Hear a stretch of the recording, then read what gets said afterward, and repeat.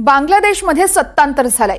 शेख हसीना यांनी राजीनामा दिलाय। आरक्षणाची अशी काय ठिणगी पडली की बांगलादेश पेटून उठला आहे, पाहूया त्या रिपोर्टमधून।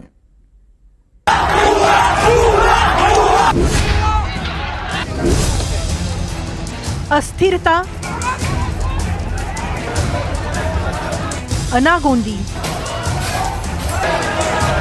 अराजक, हे आजचं बांगलादेशचं चित्र। आरक्षणाच्या आंदोलनानं बांगलादेशात सत्तापालट घडवलाय। जवळपास 20 वर्ष बांगलादेशचं नेतृत्व करणाऱ्या शेख हसीनांची सत्ता जनतेनं उलथवून टाकली आहे। आरक्षणाच्या मुद्द्यावर बांगलादेशातली जनता रस्त्यावर उतरली।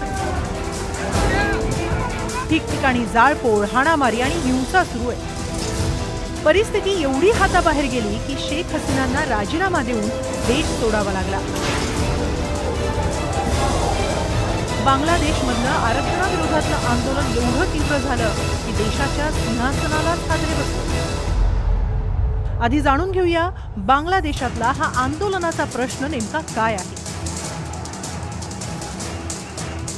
1972 पासून बांगलादेशात स्वातंत्र्य सैनिकांच्या वारसांसाठी 30% आरक्षण देण्यात आलं होतं। त्यानंतर या आरक्षणात अनेक बदल झाले। हे आरक्षण रद्द करा यासाठी बांगलादेशात हिंसक आंदोलनं सुरू झाली। 21 जुलैला बांगलादेशातल्या सर्वोच्च न्यायालयानं नोकऱ्यांमधलं बहुतांश आरक्षण हटवलं। आता स्वातंत्र्य सैनिकांच्या वारसांसाठी नोकऱ्यांमध्ये फक्त 5% आरक्षण ठेवण्यात आलं। एवढं झाल्यावरही बांगलादेशातला हिंसाचार थांबत नव्हता। बांगलादेशात अनिश्चित काळासाठी कर्फ्यू लावण्यात आला होता। ढाक्यामधली इंटरनेट सेवा बंद करण्यात आली होती। त्याच वेळी आंदोलनकर्ते दहशतवादी आहेत असं विधान शेख हसीना यांनी केलं आणि आंदोलन आणखी चिघळलं।